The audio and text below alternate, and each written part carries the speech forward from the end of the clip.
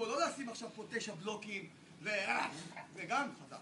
הרעיון הוא פה מצב שהוא קל, כמו בטן, זאת אומרת, האגרוף, זה לא אגרוף רגיל, גם אם הוא נראה, יש איזשהו משהו מסוים פה, שברגע שאתה יודע אותו, אתה יודע איך להוציא אותו נכון מהמותן, דרך השכם, ולדעת לסובב אותו, זה כמו שאומרים to screw, זה הברגה מסוימת, בשנייה לפני, הרף לא מת, לא נפל, לא נשבר בעצם מהמכה שלי.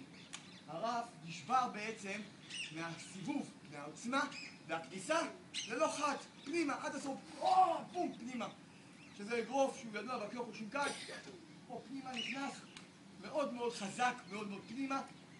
ואם זה היה בהילוך איטי, שאני מקווה ששי, אנחנו נראה אותו בהילוך איטי, יראו את זה שבעצם אני נכנס פנימה לתוך האגרוף ויוצא חזרה. בעצם, שלמינו כמו הקשה של נחש.